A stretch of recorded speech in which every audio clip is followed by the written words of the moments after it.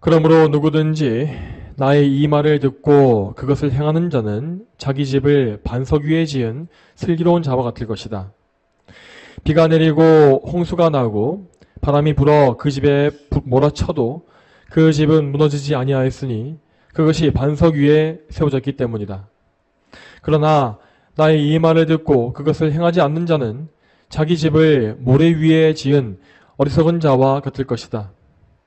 비가 내리고 홍수가 나고 바람이 불어서 그 집에 부딪히니 그 집이 무너지고 그 무너짐이 매우 심하였다. 아멘. 오늘은 반석 위에 집을 지은 슬기로운 자들이라는 제목으로 하나님 말씀을 증거하겠습니다. 이제 우리는 산상수훈의 마지막 말씀에 이르렀습니다. 이 마지막 부분에서 예수님은 어떤 화려하고 웅장한 설교를 하신 것이 아닙니다. 그 대신 예수님은 이제까지 해오셨던 것과 마찬가지로 알기 쉬운 비유를 사용하시고 또한 하나의 주제를 명확하게 보여주십니다. 예수님은 오늘 이 말씀에서도 참된 성도가 어떤 사람들인지를 가르치셨고 또한 그와 반대되는 거짓 신자 혹은 불신자가 어떤 자들인지도 말씀해 주십니다. 자, 그런데 이러한 주제, 이러한 내용은 이 산상수훈 전체에 계속 흐르고 있는 일관된 주제였습니다. 이제까지 예수님은 이 산상설교를 통하여서 참된 성도들이 어떤 사람들인지를 분명히 보여주셨습니다. 그 말씀에 따르면 참된 성도는 진정으로 회개하여 그리스도를 믿는 자들이며 또한 믿음으로 말미암아 그리스도와 연합함으로써 순종의 열매를 맺는 사람들이라고 하였죠. 이와 반대로 거짓 교인들은 입으로만 그리스도를 주님이라 부르며 정작 삶에서는 전혀 그리스도께 복종하지 아니하는 사람들이라고 하였습니다. 그들은 그리스도를 따르기 위해서 필수적인 좁은 문으로 들어가려고 하지 않고 이 세상을 사랑함으로써 넓은 길로만 행하는 자들입니다. 그러면 이렇게 예수님께서 신자와 불신자를 명확하게 구별하신 목적이 무엇이겠습니까? 자, 그 목적은 궁극적으로 하나님 아버지께 영광을 돌리는 것이었습니다. 산상수훈의 말씀은 먼저 구원으로 예정되어진 사람들을 구원함으로써 하나님께 영광을 돌리고 버림받은 사람들에 대해서 심판을 선포함으로써 하나님께 영광을 돌립니다. 이 중에 첫 번째로 구원으로 예정된 사람들에 대해서 살펴보겠습니다. 하나님께 택함받은 사람들은 이 산상수훈의 말씀을 들을 때에 자기의 죄성과 악함을 돌아보게 될 것입니다. 그러면 그들은 마음에 찔림을 받을 것이며 그 찔림받은 대로 죄를 회개하여 그리스도께 더욱 순종하는 길로 나아갈 수 있습니다. 이렇게 하여서 그 택자들은 회개하여 구원을 받을 것이고 또한 이미 구원받은 사람들은 더욱더 자기의 죄를 미워하고 성화되는 길을 갈 수가 있습니다. 그리고 마침내 그들은 예수님의 말씀에 순종함으로써 아버지께 영광을 돌리는 것입니다. 또 다음 두 번째로 산상수훈의 말씀은 멸망으로 예정된 사람들에 대해서도 하나님께 영광을 돌립니다. 택함을 받지 못한 죄인들도 이 산상수훈을 들을 때에 마음이 찔리는 경우가 분명히 있습니다. 그렇지만 그들은 그 마음의 찔림을 따라서 죄를 회개하는 것이 아니라 오히려 자기 마음을 방어하고 강팍하게 함으로써 하나님의 뜻을 거역해버립니다. 그들은 자기의 죄를 인정하지 않으며 죄를 정죄하는 그런 말씀에 대해서 거부감을 느끼는 것이죠. 그런데 이렇게 회개와 순종을 거부할 때에 인간의 마음은 점점 더 완고해져서 결국에는 다시 회개할 수 없는 지경에 이를 수밖에 없습니다. 이러한 사람들에게 이 산상수훈의 말씀은 구원에 이르게 하는 향기가 아니라 멸망에 이르게 하는 냄새가 되는 것입니다. 결국 마지막 심판대에서 우리 주님은 그들이 들은 이 산상수훈의 말씀을 근거로 해서 그들의 불신앙과 불순종을 책망하실 것이고 이렇게 말씀하실 것입니다. 너희는 분명 복음을 들었고 생명의 말씀을 들었는데 왜 그 부르심을 거절하였느냐? 이렇게 무서운 책망을 하신다는 것입니다. 여러분, 이처럼 참된 복음은 이 모든 인류를 명확히 둘로 나누어 놓습니다. 복음의 메시지가 성경적이고 명확할수록 그 말씀을 듣는 사람들은 순종과 불순종으로 정확히 나뉘어지는 것입니다. 하나님의 은혜를 입은 사람들은 그 안에 있는 은혜로 말미암아 예수님 말씀에 순종하여서 회개와 믿음의 열매를 맺습니다. 그러나 은혜가 없는 자연인들은 자기의 타락한 본성에 따라서 복음에 대해 적개심을 품게 됩니다. 그리고 그들은 불순종의 열매를 맺음으로써 결국 정죄와 심판에 떨어지는 것입니다. 여러분, 그렇지만 사실상 이 복음을 기뻐하고 구원받는 사람들은 이 세상에 매우 드문 것이 현실입니다. 이 세상의 대부분의 죄인들은 이 참된 복음에 대해서 거부감을 노골적으로 드러냅니다. 죄인의 타락한 본성은 인간의 의의를 부인하는 것을, 이 말씀을 미워하고 또한 자기 정욕과 탐심을 십자가에 못 박는 이 메시지를 싫어합니다. 그리고 그들은 자기가 사랑하는 이 죄를 정죄하고 심판하는 말씀 역시 매우 혐오하게 되어 있죠. 그렇기 때문에 이 참된 복음을 선포하고 믿는 이 길은 좁은 길일 수밖에 없는 것입니다. 그러나 참된 성도와 사역자들은 하나님께서 선택하신 백성들을 찾아서 구원하기 위하여 우리 주님께서 말씀하신 그 복음을 있는 그대로 선포해야 합니다. 비록 그 말씀이 인기가 없고 또 많은 사람들에게 미움받는다 할지라도 우리는 평생에 그 복음을 믿고 선포하고 전파하는 증인의 역할을 해야 합니다. 여러분, 잘 기억하시기 바랍니다. 우리 예수님은 참으로 예리한 구별을 하실 수 있는 분입니다. 그분은 진리에 대해서 가장 명확한 말씀을 선포하시는 분이시며 또한 그 진리를 믿는 자와 믿지 않는 자를 명확히 아십니다. 예수님은 참되시고 전능하신 목자이시기 때문에 당신의 양들을 정확히 구별해 아시는 것입니다. 그리고 예수님은 단지 양과 염소를 구별하실 뿐만 아니라 그 두 부류에게 영원한 처분을 내리실 수 있는 심판주이십니다. 참으로 우리 예수님께는 하늘과 땅의 모든 권세가 주어져 있다고 하였습니다. 그분은 성부 하나님의 통치권을 위임받으심으로써 모든 이름 중에 가장 뛰어난 이름을 가지셨고 온 우주 만물과 온 나라를 통치하시며 특히 당신의 몸된 교회를 친히 통치하시고 인도하십니다. 또한 무엇보다 그리스도께서는 장차 심판주로 이 세상에 다시 오실 분임을 우리는 반드시 실질적으로 알아야 합니다. 그 마지막 날에는 역사 속에 존재했던 모든 사람들이 다 나와 심판을 받을 것이고 또한 천사들과 사탄과 악령들도 심판을 받을 것입니다. 그러므로 우리는 이 두려우신 예수님의 말씀에 귀를 기울여야 하고 그분의 백성이 되는 것이 과연 무엇인지를 정확히 알고 순종해야 할 것입니다. 여러분, 이 문제는 여러분의 영생, 영원한 삶에 관련되어 있는 문제입니다.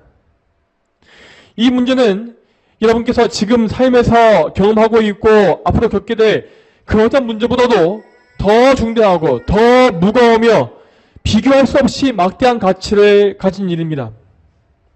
그리고 어쩌면 여러분 중에는 이 말씀을 들으신 이후에 다시는 복음을 들을 수 없는 분들도 계실지 모릅니다. 그런데도 이 중대한 문제를 경솔히 듣고 흘려버린다면 그것이 여러분에게 얼마나 끔찍한 결과를 가져오겠습니까? 그렇지만 정말 안타깝게도 정말 이 세상에 수없이 많은 사람들이 이 영생 문제를 별일 아닌 것으로 치부해버리고 웃어넘기거나 외면하는 것을 우리는 쉽게 볼 수 있습니다. 그들은 이 땅의 유한한 문제에 대해서는 목숨을 걸고 달려들지만 정작 영원한 삶에 대해서는 아무런 관심이 없는 것입니다. 이것이 바로 죄로 타락한 인간의 본성입니다. 그렇지만 이 말씀을 듣고 계시는 여러분께서는 절대 그 본성에 따라서 어리석은 길을 가시면 안 됩니다. 부디 거룩하신 성령께서 이 말씀을 통하여 여러분의 마음에 빛을 비춰주시기를 소망합니다. 그리고 여러분에게 이 말씀이 하나님의 말씀으로 들려져서 그 부르심에 응답하여 그리스도께 다 나아가게 되시기를 소망합니다. 그러면 이제 오늘 본문을 하나하나 살펴보겠습니다. 먼저 24절의 말씀을 같이 읽어보겠습니다. 24절 말씀 같이 읽어보겠습니다. 자, 시작. 그러므로 누구든지 나의 이 말을 듣고 그것을 행하는 자는 자기 집을 반석 위에 지은 슬기로운 자와 같을 것이다. 아멘. 여러분, 우리는 이 말씀에 나와 있는 예수님의 표현에 주목해야 합니다. 예수님은 24절에서 말씀하시기를 누구든지 나의 이 말을 듣고 라고 하셨고, 또한 26절에서도 나의 이 말을 듣고 라고 반복해서 말씀하셨습니다. 이 표현과 같이 우리는 예수님께서 우리에게 하시는 말씀이 무엇인지를 먼저 귀 기울여 들어야 합니다. 예수님은 저 고대의 유대 땅에서만 말씀하신 것이 아니라 오늘날에도 계속 우리에게 말씀하시는 분입니다.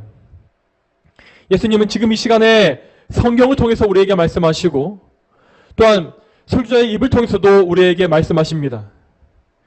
그리고 그분은 우리 삶에 드러나는 모든 섭리를 통해서도 끊임없이 무언의 말씀을 우리에게 들려주고 계십니다. 그러므로 우리는 이러한 말씀에 귀를 기울이기 위하여서 먼저 첫째, 성경을 읽을 때와 설교를 들을 때에 항상 그 말씀들을 예수님의 말씀으로 들을 수 있어야 합니다. 여러분, 우리는 결코 아무 생각 없이 성경을 읽지 말아야 합니다. 또한 설교에 대해서도 최대한의 집중력을 가지고 믿음으로 듣기를 힘써야 합니다. 그리고 무엇보다 우리는 그 말씀을 밝히 조명해서 드러내주시는 성령님의 도우심을 간절히 구하면서 말씀을 읽고 들어야 합니다. 우리는 우리의 지식, 우리의 지성에만 의지해서 말씀을 연구하는 것이 아니라 성령님의 교훈과 가르치심에 의지하여서 말씀을 배우고 말씀에 복종해야 하는 것입니다. 또한 더 나아가서 우리는 우리의 삶 속에서 우리의 경험적인 그 가운데 섭리를 통해서 주어지는 말씀 역시 잘 발견할 수 있어야 합니다. 우리가 항상 영적으로 깨어있고 그래서 하나님의 말씀을 사모하는 상태에 있다면 우리는 이 삶의 순간순간에 하나님 말씀을 들을 수 있을 것입니다. 자, 그런데 여러분, 이것은 결코 우리의 마음과 우리의 생각대로 하나님의 뜻을 판단하는 것이 아닙니다. 어떤 사람은 전혀 성경 말씀과 관계가 없는 망상을 하면서 어떤 삶의 경험에 대해서 이것이 하나님의 뜻이라고 단정짓는 경우를 많이 볼 수 있습니다. 또 어떤 사람은 하나님께 계속 불순종하면서도 하나님께서 지금 나에게 뜻을 말씀해 주시고 은혜를 주고 계신다고 착각하는 것을 많이 볼 수 있죠. 그렇지만 이러한 것은 어디까지나 인간의 생각일 뿐이고 성령님의 인도하심이 절대 아닙니다. 여러분, 우리가 섭리를 통해서 하나님 말씀을 발견하는 것은 곧 섭리 안에서 성경 말씀의 의미를 배우는 것을 의미합니다. 성령님은 우리의 삶 가운데서 우리의 마음을 비추어 주셔서 우리가 알고 있었던 성경의 말씀을 더 깊이 알 수 있게 인도하십니다. 이러한 섭리 가운데 우리는 이전에 배워왔던 말씀을 다시 한번 떠올리게 되고 그 말씀의 의미가 바로 이것이었구나 라는 생각을 하게 되는 것입니다.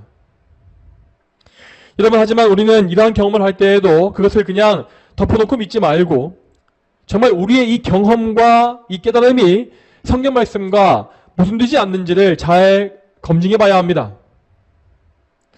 먼저는 우리 스스로가 성경을 찾아보면서 그 뜻이 맞는지를 생각해야 하겠고 또한 목회자에게 질문함으로써도 그 의미가 맞는지를 검토해 봐야 하는 것입니다. 자, 여러분, 이렇게 우리는 말씀을 항상 읽고 말씀을 들으며 또한 삶 속에서 생각하고 점검해야 합니다. 이러한 과정을 통해서 우리는 오늘 본문에 나와 있는 바대로 예수님의 말씀에 집중하는 자세를 견지할 수가 있는 것입니다. 그러면 계속해서 본문을 보겠습니다. 이번에는 24절과 25절 말씀을 같이 한번 읽어보겠습니다. 자, 시작. 그러므로 누구든지 나의 이 말을 듣고 그것을 행하는 자는 자기 집을 반석 위에 지은 슬기로운 자와 같을 것이다. 비가 내리고 홍수가 나고 바람이 불어 그 집에 몰아쳐도 그 집은 무너지지 아니하였으니 그것이 반석 위에 세워졌기 때문이다. 아멘. 여기 나와 있는 사람들은 예수님의 말씀을 듣고 그것을 행한다고 하였습니다. 그래서 이 사람들은 반석 위에 집을 지은 사람과 같다고 하였는데, 이 반석이라는 것은 바로 예수 그리스도를 가리키는 것이지요. 이처럼 성도들은 믿음으로 그리스도와 연합하였기 때문에 그의 인격 전체가 그리스도께 단단히 결합되어 있습니다. 이 연합의 관계를 끊을 수 있는 것은 이 세상에 아무것도 없기 때문에 그들은 고난 속에서도 무너지지 아니하고 믿음을 지킬 수가 있는 것입니다. 그렇지만 이와 반대로 그리스도를 믿지 않는 사람들은 반석이신 그리스도와 아무런 관계가 없는 사람들입니다. 자, 그들에 대하여서 26절과 27절 말씀을 같이 읽어보겠습니다. 26절과 27절 말씀 같이 읽어보겠습니다. 시작. 그러나 나의 이 말을 듣고 그것을 행하지 않는 자는 자기 집을 모래 위에 지은 어리석은 자와 같을 것이다. 비가 내리고 홍수가 나고 바람이 불어 그 집에 부딪히니 그 집이 무너지고 그 무너짐이 매우 심하였다. 아멘. 여기 나와 있는 이 사람들은 그리스도를 참되게 믿지 않는 거짓 신자들입니다. 그런데 그들은 참된 성도들과 함께 이 지상교회, 이 땅의 교회 일원으로 들어와 있으며 또한 표면적으로 기독교인이라고 하는 이름을 소유하고 있습니다. 그렇지만 그들은 그리스도를 진정으로 믿는 사람들이 아닙니다. 그들은 하나님의 계명 앞에 자기가 얼마나 큰 죄인인지를 전혀 생각하지 않고 있습니다. 또한 그들은 자기의 비참한 죄인됨도 알지 못하고 죄의 사함의 필요성 역시 전혀 모르고 있죠. 이처럼 그들은 회개와 믿음이 없이 거짓된 신앙생활을 하기 때문에 그리스도와의 연합도 없는 것입니다. 그래서 이 사람들은 그리스도가 없음으로 인하여서 말씀에 순종하는 것 역시 절대 할 수가 없습니다. 여러분, 말씀을 행하기 위해서는 먼저 죄를 미워하고 자기를 부인하는 이 과정이 반드시 필요합니다. 그렇지만 이 거짓 신자들은 자기의 본성과 정욕을 포기하지 않기 때문에 말씀에 순종할 마음 자체가 없습니다. 그들은 그리스도가 없이 홀로 서 있는 것과 같기 때문에 반석이 아니라 모래 위에 집을 지은 자들이라고 불리는 것입니다. 자, 그들이 그런데 집을 짓는다라고 했던 것은 곧 그들 역시 나름대로 신앙생활을 해왔다는 것을 의미합니다. 하지만 그들은 그리스도를 믿지 아니하고 그분께 복종치 아니하며 당연히 그리스도와 연합함도 없이 신앙생활을 하는 것입니다. 그들은 만세반석이신 예수 그리스도를 의지하지 않았고 그리스도가 아닌 다른 것에 의지하며 평생을 산 것입니다. 그들은 인간에게 인정받는 것과 이 세상에서의 번영을 추구했기 때문에 결국 이 땅에서 모든 상을 이미 받아버린 것입니다.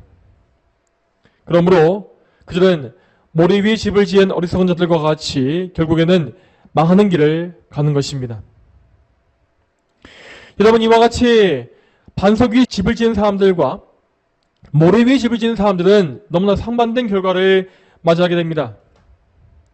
자, 그럼에도 불구하고 사실 이 거짓 신자들과 참 성도들의 차이는 평상시에는 잘 보이지 않습니다. 평온하고 좋은 날씨에 모든 집이 다 튼튼해 보이는 것과 같이 고난이 없을 때에는 참 신자와 거짓 신자 사이의 구별이 쉽게 이루어질 수가 없는 것입니다. 그러나 하나님께서 그들 모두에게 고난과 시련을 주실 때에 그들의 차이는 비로소 드러나 보이게 됩니다. 예수님의 말씀대로 비가 내리고 홍수가 나며 바람이 불어 그 집에 몰아칠 때에 반석 위에 세운 집은 무너지지 않고 든든히 설 수가 있습니다. 자, 그것은 그 집을 세운 사람의 공로 때문이 아닙니다. 그들의 기초가 되시는 반석 예수 그리스도로 인하여서 비바람과 홍수를 이기고 승리할 수 있는 것입니다. 그렇지만 모래 위에 집을 지은 사람은 그리스도와 아무런 관계가 없기 때문에 이 고난을 이기지 못하고 무너져 내리는 것이죠. 여러분, 여기에서 우리는 예수님께서 말씀하신 비와 홍수와 바람이 무엇인지를 잘 생각해 봐야 합니다. 이것은 분명히 하나님께서 교회에 내리시는 징계와 연단을 의미합니다. 하나님은 그리스도의 몸된 교회를 정결하게 하시기 위하여서 반드시 교회에 고난과 시련을 허락해 주십니다. 그것은 로마 제국 시대와 같은 대규모의 박해가 될 수 있는 것이고, 또한 이 세상 전반의 정욕의 유혹이나 영적인 미혹이 될 수도 있습니다. 하나님께서 이 땅의 교회에 이러한 연단을 주시는 것은 교회를 체질하시기 위한 목적이 있습니다. 마치 농부가 곡식을 체질화해서 알곡과 쭉정이를 가려내는 것과 같이 하나님은 교회의 성도들을 체질하심으로 참 신자와 거짓 신자를 가려내시는 것입니다. 이러한 역사는 이제까지 교회에 주기적으로 찾아왔고 또한 지금도 계속 이어지고 있습니다.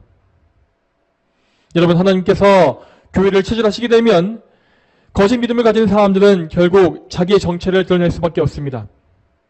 그들은 그러한 고난 가운데 믿음을 지키지 못하고 자기의 유익을 위하여서 타협과 배교의 길을 갈 수밖에 없는 것입니다. 물론 그럴 때에도 그들은 자기의 타협을 그럴듯한 변명으로 포장해서 정당화할 것입니다. 하지만 그들은 그 이후에도 점점 더 심각한 타락과 배교의 길로 계속 내려갈 수밖에 없습니다. 결국에 그들은 믿음을 완전히 잃고서 교회를 나가버리거나 아니면 도저히 돌이킬 수가 없는 정도로 거짓 신앙에 깊이 빠지게 되는 것입니다. 하지만 그리스도 안에 있는 참된 성도들은 하나님의 체질하심을 통하여서 오히려 더 정금과 같은 귀한 믿음을 소유할 수 있습니다. 물론 그 고난 가운데 일시적으로 그들은 많은 타격을 입을 것이고 또한 심지어는 거의 넘어질 정도로 위태로운 상황에 빠질 수도 있습니다.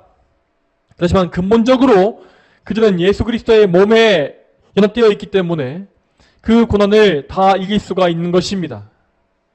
왜냐하면 그들은 항상 예수님의 보호하심 안에, 그분의 오른팔 안에 있기 때문이죠.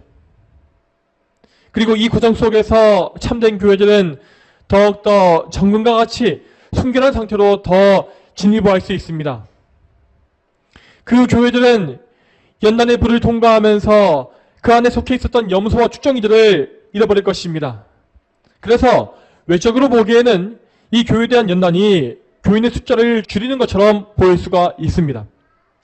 하지만 축정이의 수가 주는 것은 교회를 오히려 더 강하고 아름답게 만들어줍니다. 연단을 이기고 살아남은 성도들은 더욱더 한 마음과 한 뜻이 되어서 함께 그리스도를 섬길 것이며 하나님께 더 명확한 영광을 돌릴 수가 있습니다. 자, 성도 여러분, 교회에 대한 하나님의 체질은 종말의 날이 가까워올수록 더욱더 강해질 것입니다. 그리고 하나님은 그리스도께서 다시 오시는 그날까지 교회를 연단하심으로써 교회 안에 정말로 정금과 같은 소수의 신자만을 남기실 것입니다. 그 과정을 통하여 하나님은 회개하지 않는 죄인들을 모두 가려내어 심판하실 것이고 결국 그들 모두를 마지막 심판대 앞에 세우실 것입니다. 그리고 하나님은 당신의 교회를 완전히 순결하게 만드시어서 그리스도의 신부로서 아름답게 나타날 수 있도록 역사해 주시는 것이죠. 이처럼 하나님은 당신의 교회에 대해서 거룩한 열심을 가지신 분입니다. 교회는 예수 그리스도와 연합한 신부이기 때문에 하나님은 반드시 그 교회에 그리스도의 신부다운 순결함을 이루어 가시는 것입니다. 그러므로 우리 모두는 이 교회의 일원 그리스도의 신부로서 우리 자신의 상태를 잘 점검해야 합니다. 특히 오늘 본문에 근거하여서 우리 상태를 점검해 보자면 우리는 우리에게 참된 믿음과 순종의 모습이 있는지를 항상 잘 생각해 봐야 할 것입니다. 여러분에게는 믿음과 순종이 정말 있으십니까? 만일 우리가 믿음이 있다고 말을 하는데 우리 삶에서 하나님의 계명에 순종하는 열매가 전혀 나오지 않고 있다면 우리는 반드시 처음으로 돌아가서 우리의 믿음을 점검해 봐야 합니다.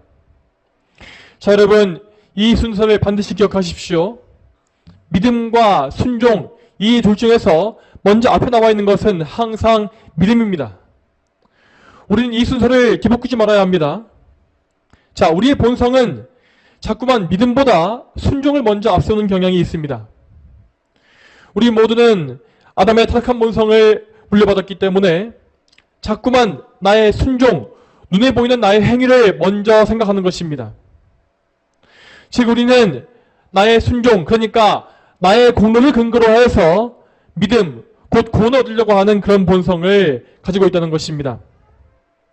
여러분, 하지만 우리는 절대 우리 힘과 능력으로 하나님께 순종할 수가 없으며 또한 우리의 순종을 근거로 해서 뭔가를 요구할 수 없습니다. 우리는 오직 먼저 하나님의 은혜로 거듭나서 참된 믿음을 선물로 받아야만 기쁨의 순종을 행할 수가 있는 것입니다. 이러한 원리는 오늘 본문 말씀에서도 잘 볼 수가 있습니다.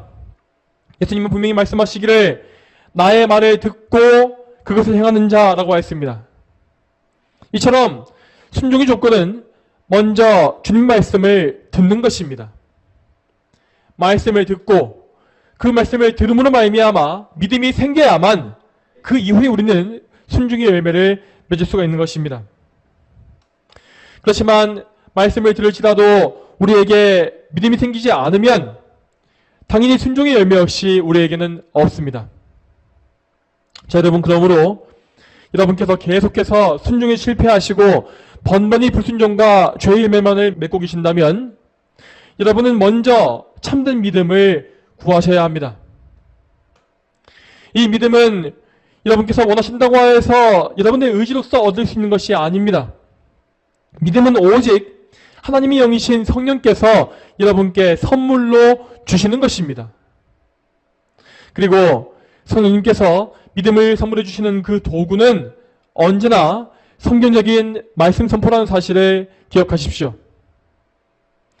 믿음은 들으면서 난다는 말씀과 같이 성령님은 설교자를 통해서 복음을 듣게 하시고 그 복음의 내용을 일깨워주심을 통하여서 믿음을 선물로 주시는 것입니다. 그러므로 우리는 이 원리를 온전히 알고 항상 말씀을 듣고 알아가는 일에 전심을 다해야 합니다. 말씀에서 이해되지 않는 부분이 있으시다면 절대 그것을 그냥 넘어가지 마시고 목회자에게 오셔서 질문하시기 바랍니다. 또한 예배 이후에도 말씀을 다시 한번 연구하고 묵상함으로 그 말씀을 꼭꼭 씹고 소화시켜서 여러분의 것으로 만드시는 과정을 반드시 거치십시오. 한 주간에 너무 많은 수의 설교를 들려하지 마시고 하나의 설교 말씀을 깊이 파고들어서 지식의 깊이를 더해가는 훈련을 해나가시기를 간곡히 부탁드립니다. 이렇게 말씀에 집중하고 은혜를 사모하는 것은 성령께서 주시는 은혜로 말미암은 일입니다.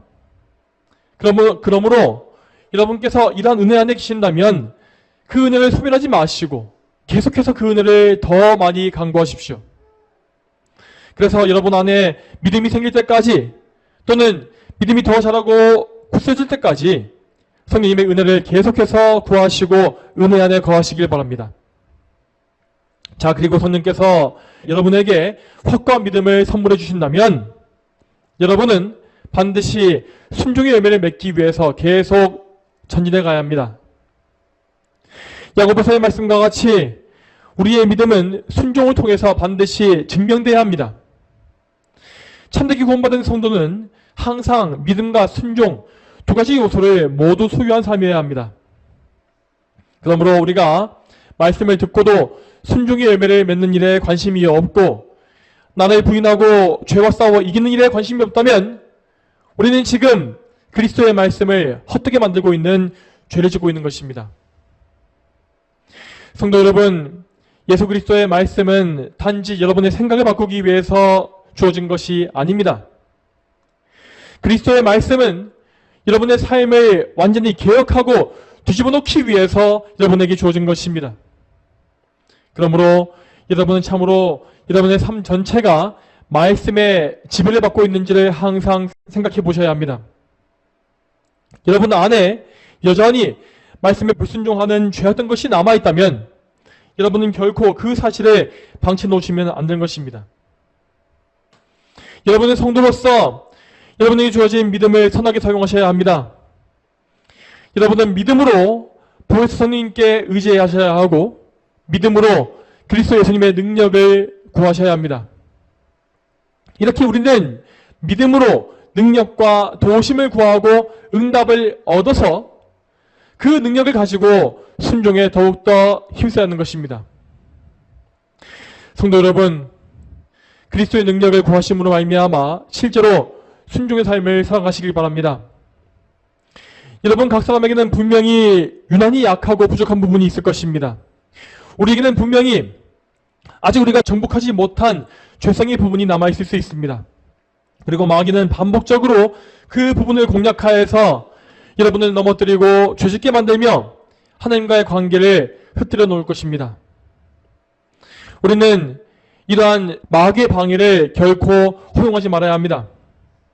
또한 우리는 우리 자신의 죄성에 대해서도 항상 부지런히 영적 전투를 치러야 합니다.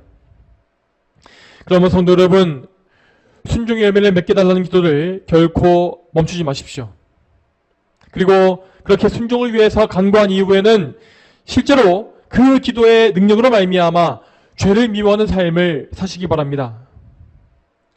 만일 여러분께서 자주 지시는 죄가 그 죄를 멀리해야 하는 종류라면 그 죄를 멀리 피하시고 아예 그 근처에 애초에 발을 들여놓지 마시기 바랍니다. 혹 여러분의 죄가 직접 맞부딪혀 싸워야 하는 종류의 죄라면 하나님께 담대함을 구하셔서 실제로 죄와 맞서 싸우시기 바랍니다. 이러한 영적 전투 속에서 우리에게는 반드시 말씀의 은혜가 필요합니다. 그리고 이 전투에서 승리하는 길은 이제까지 우리가 들어왔던 산상수훈의 메시지에 정말 자세하게 잘 나와 있습니다. 우리 예수님은 우리가 성도다운 믿음과 경건함과 담대함을 가지게 해주시기 위하여서 이 산상수훈의 귀한 말씀을 우리에게 주신 것입니다. 그러므로 우리는 이 산상수훈의 말씀을 통하여 참된 순종이 무엇이고 참된 경건이 무엇이고 참된 믿음과 담대함이 무엇인지도 정확히 알아야 합니다. 여러분, 그러므로 이 산상수훈의 말씀을 다시 한번 잘 읽어보시고 또 되새기시며 그 말씀대로 순종할 수 있는 능력을 하나님께 정확하게 간구하시기 바랍니다. 하나님, 제가 이 산상수훈의 말씀 그대로 순종할 수 있도록 은혜를 베풀어 주시옵소서. 또한 나를 모든 면에서 예수 그리스도와 연합하게 하셔서 제가 그리스도의 능력으로 말미암아 죄를 이길 수 있도록 인도해 주시옵소서. 이러한 기도를 반드시 하셔야 하는 것입니다. 사랑하는 성도 여러분, 오늘 본문에서 예수님께서 선포하신 말씀을 다시 한번 마음에 새기십시오. 여러분은 이 말씀을 바르게 듣고 믿으셔야 합니다. 그리고 그 말씀대로 순종의 삶을 사셔야 합니다. 이것이 바로 그리스도와 연합한 살아있는 성도의 믿음입니다. 우리가 이렇게 참된 믿음을 소유하고 있다면 우리는 장차 다가올 모든 시험과 혼란 속에서도 예수 그리스도로 말미암아 안전한 보호를 받을 것이고 또한 승리할 것입니다. 우리 모두에게 이러한 믿음과 순종이 온전히 생김으로써 하나님께 모든 영광을 다 돌릴 수 있게 되기를 축복합니다. 다 함께 기도하겠습니다. 하나님 아버지, 오늘도 우리는 이 산상수훈의 말씀을 통하여서 우리를 향하신 하나님의 뜻이 무엇인지를 보았습니다. 하나님, 오늘도 저희가 참신자와 거짓신자를 확실하게 분별하시는 예수님의 그 뜻을 기억하면서 예수님의 뜻에 따라서 참된 성도의 삶을 살 수 있도록 인도해 주시길 소망합니다. 우리에게 굳건한 믿음과 순종의 열매를 허락해 주셔서 우리가 우리 삶을 통하여서 하나님께 모든 영광을 올릴 수 있도록 도와주시옵고, 또한 우리에게 장차 다가올 모든 혼란과 핍박 속에서도 믿음을 끝까지 지킴으로 말미암아 오직 하나님께만 영광을 돌릴 수 있도록 주여 인도하여 주시옵소서. 감사드리옵고 예수님의 이름으로 기도 올립니다. 아멘.